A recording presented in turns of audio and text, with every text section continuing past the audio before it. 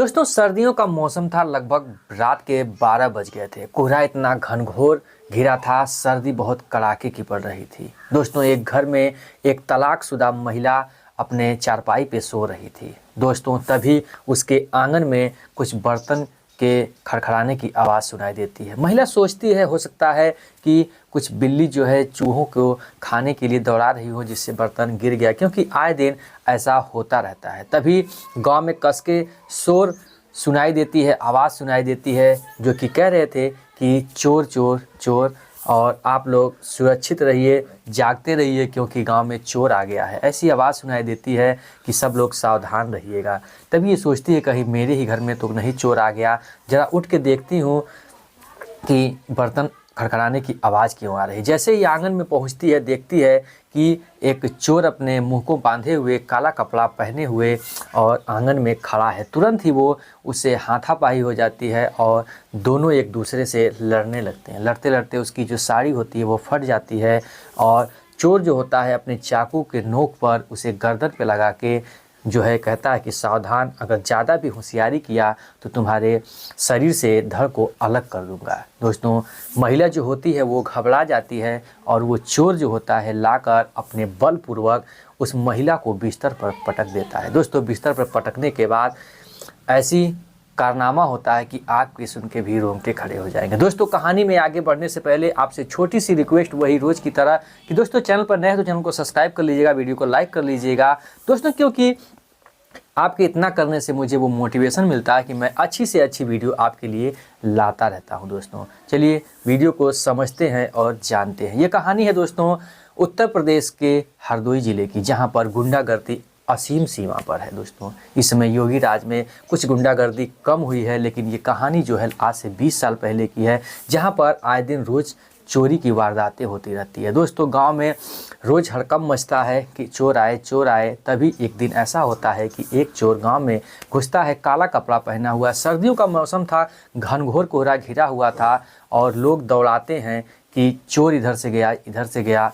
तभी पूरा गांव में हड़कंप मच जाता है। दोस्तों तब तक एक महिला जो होती है तलाकशुदा अपनी चारपाई पे सो रही होती है। उसके आंगन में कुछ बर्तन गिरने की आवाज़ आती है। जैसे ही आवाज़ आती है वो समझती है हो सकता है बिल्ली वगैरह दौड़ रही हो, जिससे बर्तन लड़के गिर गया हो, लेकिन ऐसा नहीं था। तभी जब सुनते हैं कि चोर आ गया है गाँव में और आप लोग जागते रहिएगा, तो सोचती है क्यों ना चल के घर में देखें, कहीं मेरे ही घर में तो चोर नहीं घुस आया है।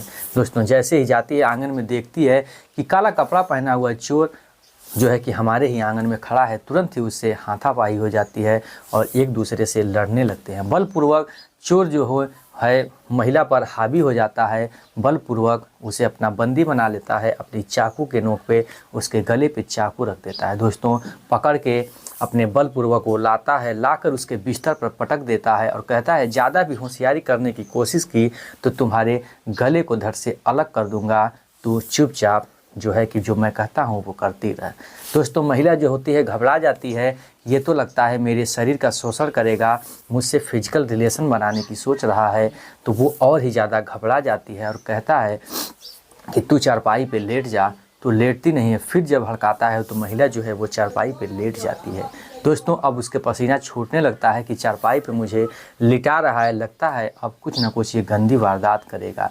उसके बाद कहता है ये जो साड़ी तूने तेरी फट गई है, तू इसे साल से ढक ले। साल से ढक लेती है। उसके बाद कहता है कि तू अब रजाई पर से ओढ़ ले। ओढ़ने के बाद अब उसे और ही घबराहट सी होने लगती है कि अब मुझे रजाई में ले जा रहा है, ज़रूर अब तो ज़रूर कुछ ना कुछ ये गंदी वारदात करेगा। दोस्तों इतना कहने के बाद जब वो रजाई ओढ़ लेती है तो कहता है कि देखो तुम इसी में बैठी रहो और जब तक मैं कहता नहीं हूँ तब तक कुछ ना बोलना। दोस्तों वो घबरा ही रही थी। तभी पूछता है कि तुम्हारे घर में पानी किधर है। तो कहती है कि उधर पानी है। फिर वो उसे अपनी चाकू पे नोक पे उठा के ले जाता है और पानी पीता है, क्योंकि दोस्तों दौड़ते दौड़ते वो इतना थक गया था कि उसे प्यास लग गई थी। पानी पीता है, उसके बाद फिर से लाता है और उसे जो है कि उसी खटिए पे लिटा देता है। दोस्तों लिटाने के बाद वो अब घबरा रही थी कि आखिर में अब क्या होगा, कैसे क्या होगा, अब ये मारे वो सोची जा रही थी। गांव में चोर चोर करके हड़कंप मच गया था, लेकिन तभी लोग आते हैं और पूछते हैं कि बहन क्या सब कुछ ठीक है। तो कहती है कि हाँ सब कुछ ठीक है, क्योंकि उसके गले पे चाकू की नोक लगी थी, तो कैसे कह सकती थी कि मेरे घर में ही वो चोर घुसा हुआ है। कहती है मैं आराम से हूँ, कोई दिक्कत नहीं है। तो बोलते हैं कि बर्तन की आवाज़ अंदर से सुनाई दी है, क्या हुआ है? तो बोलती है बिल्ली थी, जो बर्तन कुछ गिरे हैं, और उसके बाद चली गई बिल्ली। उसके बाद लोग चले जाते हैं, अपनी गश्ती में लग जाते हैं, पूरा गांव में छापा लग जाता है, पूरी गांव जागता रहता है, और इधर ये घर में चोर जो है अपना काम का अंजाम कुछ अलग ही दे रहा था। दोस्तों वो जैसे ही उसके कान की बालियों को और गले में एक जो माला होता है, जो गोल्डन जो होता है, गोल्ड होता है, देखकर कहता है ये क्या है, तो वो तुरंत ही महिला डर जाती, कहती है नहीं देखो मेरी मेहनत की कमाई है, मैं बहुत गरीब हूँ, मुझे ये मत लेना, नहीं तो मैं जो है मेरी ज़िंदगी में इसके अलावा कुछ नहीं है, मेरा कोई सहारा भी नहीं है। कहता है कि मैं चोरी करने के लिए नहीं सोच रहा हूँ, मैं तो बस केवल पूछ ही रहा हूँ। दोस्तों इतना कहता है, उसके बाद कहता है कि देख मैं यहाँ से जा रहा हूँ, तू डर मत, तेरे जो शरीर का मैं शोषण नहीं करने वाला, तेरे साथ रिलेशन नहीं बनाने वाला हूँ, मैं इतना नीच और गंदे किस्म का चोर नहीं हूँ जो मैं इस मजबूरी का फ़ायदा उठा सकूँ। दोस्तों इतना कहता है, उसके कहने के बाद कहता है ये ले 200 रुपये, अपनी साड़ी को ख़रीद लेना, और मैं जा रहा हूँ, और कब भूल के भी शोर मत करना, और मतलब बताना भी मत कि मैं इस घर में आया था, अन्यथा मैं 2 ही 4 दिन में जेल से छूट जाऊंगा। छूटने के बाद फिर से जब घर में आऊँगा तो तुझे इतने चाकू मारूंगा, इतने चाकू कि लोग तेरे शरीर को गिरने के लिए इनकार कर देंगे। इतना डराता है, धमकाता है। उसके बाद वहाँ से घर से वो दरवाजे की तरफ से निकलता है और पूरे गांव में चारों तरफ से निकलने के रास्ते पर जाता है, लेकिन कहीं पे निकल नहीं पाता है, और वो फिर से जो है कि उससे लोग दौड़ा लेते हैं। फिर दौड़ते दौड़ते वापस से फिर उसी घर में वो आकर उसी छत के रास्ते से वो फिर से धड़ाम से अंदर घुसता है। जैसे घुसता है ये महिला फिर समझ जाती है कि लगता है चोर वापस आ गया, अब तो मुझे नहीं छोड़ेगा, अब तो मुझे मार ही देगा। दोस्तों आता है उस महिला के पास, अब ये इतना पसीने से इसके छूट रहते हैं, हाथ गिड़गिड़ाने लगती है, हाथ जोड़ लेती है कि भैया मुझे मत मारना, मुझे मत मारना, मैंने कोई गलती नहीं, मैंने किसी को नहीं बताया, मैं तो अभी यहीं बैठी हुई हूँ। दोस्तों उतने देर में वो अपनी साड़ी को बदल लेती है। बदलने के बाद अपने उसी जो है कि चारपाई पे बैठी थी, क्योंकि वो बहुत ही डरी हुई थी, अब उसे नींद भी नहीं लग रहा था।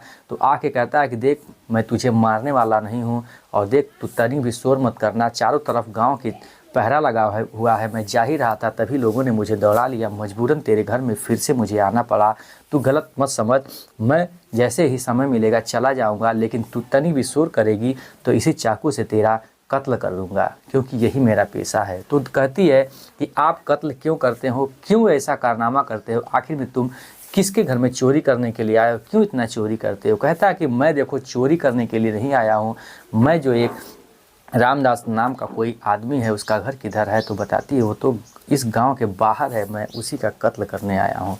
कहती है कि क्यों आप ऐसे लोगों का कत्ल करना चाहते हो जो इतना इंसाफ के रास्ते पे और इतना ही जो कि दयावान इंसान का आप कत्ल करना चाहते हैं? कहता है मुझसे ये मतलब नहीं, मुझे तो पैसे मिले हैं कत्ल करने के लिए, खून करने के लिए, मुझे तो उस काम का अंजाम देना और पैसे भी मेरे पास मिल जाएंगे। कहती है कि क्या मैं कहूँ तो क्या किसी का तुम खून कर सकते हो? कहता है कि क्यों नहीं, तुम कहो तो मैं पैसे भी नहीं लूँगा और फ्री में ही खून कर दूँगा। इतना सुनती है तो हंसने लगती है, कहती है कि ये ज़माना ही ख़राब है, ज़माना ही जो है कि एक सत्यवादी का नहीं है, क्योंकि सत्य के मार्ग पर चलने वाले लोगों को लोग पैसे वाले तो खून करवा देते हैं, कत्ल करवा देते हैं, और देखिए जो उस खून के लायक है उसे तो कोई पूछ भी नहीं रहा है। दोस्तों इतना सुनता है तो फिर वो समझ जाता है कि इस महिला को कुछ ना कुछ तो ज़रूर मालूम है। तो फिर वो कहता है कि आखिर तुम क्या जानती हो? तो जब वो बोलता है कि मैं सब कुछ जानती हूँ, ये ज़रूर ही रतनलाल नाम का एक बदमाश है, बहुत ही बड़ा आदमी, ज़मींदार है, ज़रूर उसी ने आपको पैसे दिया होगा खून करने के लिए, तभी आप यहाँ पर उसे खून करने के लिए आए हो।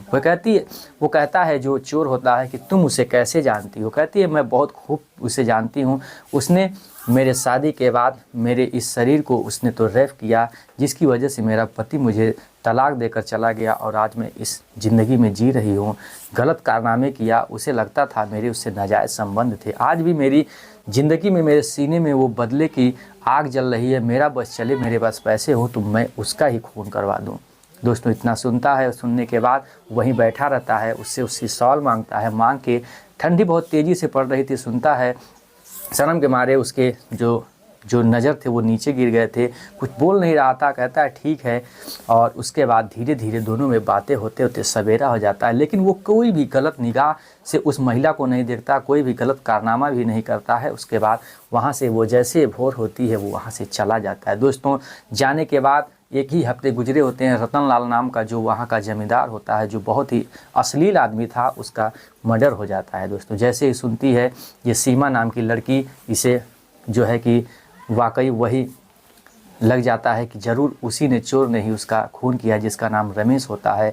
दोस्तों, उसके बाद बाई हिसाब से उसे जो है कि अंतिम संस्कार उसका उनके परिवार वाले करते हैं। उसके एक हफ्ते बाद फिर वो जो चोर होता है रमेश, फिर उसके घर में आता है और उससे कहता है कि अब तुम खुश होना, मैंने उसका ही खून कर दिया और उस अच्छे आदमी का मैंने खून नहीं किया। कहती है मैं समझ रही थी कि आप ही उसका खून किए होंगे, आप ही उसका। अब मेरे दिल में जी आया, मेरे आत्मा को शांति मिली, अब मैं सुकून से मर भी पाऊंगी और जी भी पाऊंगी। दोस्तों, इतना कह के उससे गले लग जाती है और वो चोर होता है, वो भी अभी तक शादी नहीं किया होता है, वो भी अभी तक ऐसे ही कुंवारा था। दोस्तों, उसके बाद कहती है कि क्यों ना तुम संभर के सुधर के अपनी ज़िंदगी को आगे बढ़ाओ और अपना जीवन चलाओ। दोस्तों, कहता है सुधरना तो चाहता हूँ लेकिन सुधर नहीं पाता हूँ, क्योंकि जब से मेरी बीवी मुझे छोड़ के चली गई, मेरी ज़िंदगी में सुकून नहीं है, चैन नहीं है, ज़िंदगी ही नहीं है। कहती है क्या मुझे अपनाओगे, क्या मुझे अपने जीवन में शरण दोगे। वो भी सुन के खुश हो जाता है और दोस्तों जाते हैं काली माता के मंदिर में और अपने आप जीवन में एक दूसरे को साथ जीने के लिए, मरने के लिए कसम खाते हैं और अपने जीवन को जीने लगते हैं। दोस्तों, इसी प्रकार से उन लोगों का भी जीवन चलने लगता है और क्षेत्र और समाज बहुत ही अच्छे से अपना जीवन यापन कर रहा था और गुंडागर्दी से मुक्त हो गया था। दोस्तों आशा करता हूँ ये कहानी आपको बहुत ही अच्छी लगी होगी। कमेंट बॉक्स में आप भी लिखकर बताइएगा इस रमेश नाम के इस जो कि गुंडे के लिए उसने सही किया या गलत।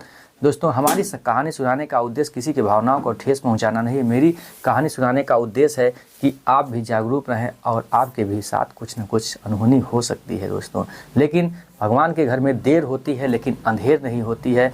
इसीलिए जो होता है वो भले के लिए होता है, अच्छाई के लिए होता है। ऐसी इंटरेस्टिंग और इमोशनल कहानी सुनने के लिए हमारे चैनल पेज को सब्सक्राइब कर लीजिएगा, वीडियो को लाइक कर लीजिएगा। फिर मिलेंगे ऐसी इंटरेस्टिंग और इमोशनल कहानी को लेकर। फिर जय हिंद, जय भारत, वंदे मातरम।